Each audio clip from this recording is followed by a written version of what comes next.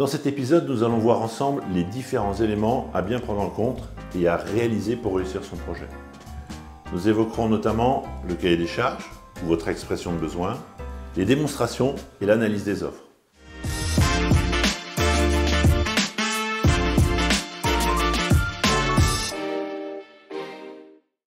Je vois souvent dans les expressions de besoin ou des cahiers des charges qui ressemblent à une liste de cadeaux pour le Père Noël. Oui, vous décrivez souvent tout ce que l'on peut trouver ou imaginer dans ce type de solution. Et vous avez beaucoup d'imagination. Je pense qu'il faut revenir à l'essentiel.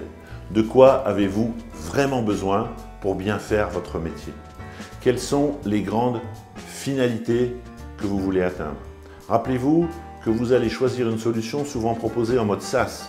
C'est donc un service qui va s'appuyer sur un logiciel, une application, une plateforme. Il vous faudra éviter les spécifiques, souvent source de coûts, de complexité et donc de retard à la mise en œuvre. Et de grandes déceptions. Posez-vous les questions suivantes. Quelle partie du processus achat me pose le plus de problèmes? Que vais-je souhaiter améliorer en premier? Comment je vais utiliser ce qui va me permettre de faire la solution retenue?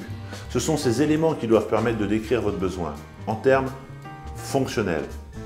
À ce stade du projet, vous avez déjà réalisé un sourcing, vous avez étudié le marché et vous connaissez donc les acteurs que vous allez solliciter.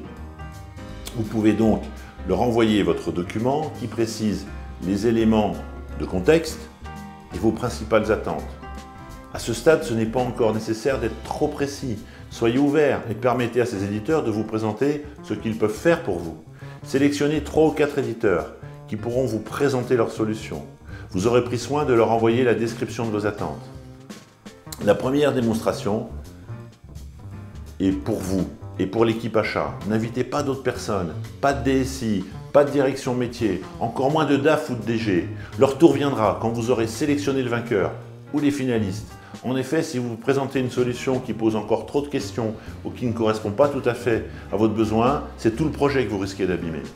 La présentation aux autres acteurs en dehors des achats doit se faire, mais presque au dernier moment. Des démonstrations avec ceux qui sont concernés, mais plusieurs démonstrations.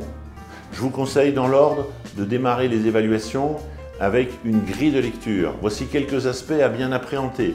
Premièrement, le métier achat. Est-ce que vous retrouvez les éléments du métier et notamment ceux qui sont vraiment importants pour vous?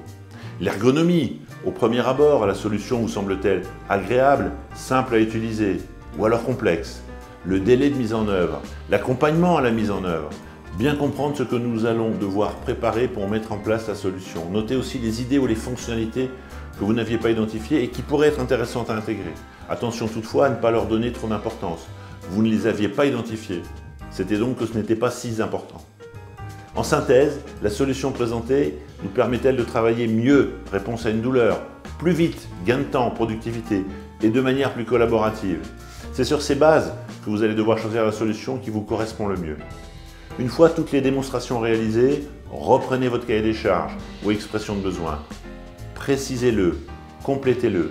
À ce stade du projet, vous disposez maintenant d'une bonne vision de vos attentes et des possibilités du marché.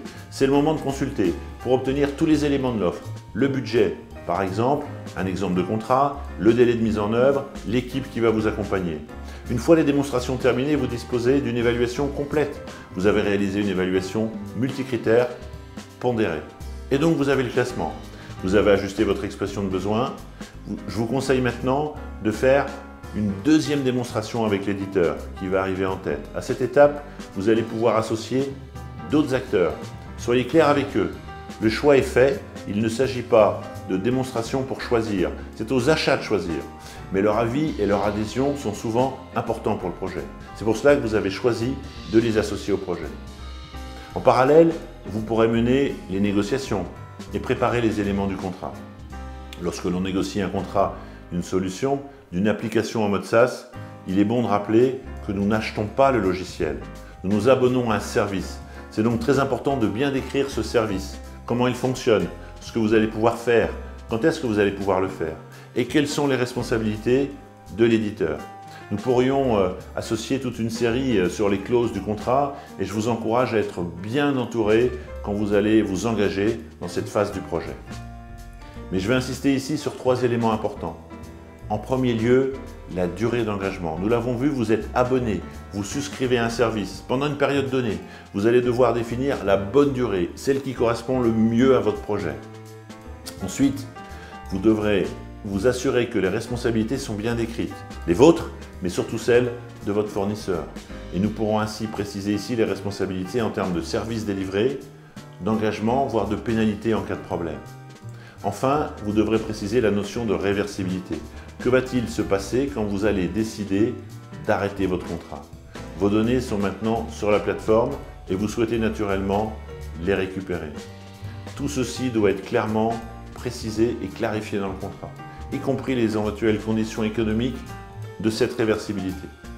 Le contrat est un acte majeur du projet. Vous savez aussi que c'est une étape qui peut prendre beaucoup de temps. Planifiez-le avec beaucoup de précautions et d'anticipation. Le contrat est signé, vous allez pouvoir démarrer le projet. Les premiers instants sont vraiment importants et la planification est essentielle pour bien définir les actions et les personnes concernées. Dans notre prochaine vidéo, notre épisode 5, nous évoquerons les points suivants.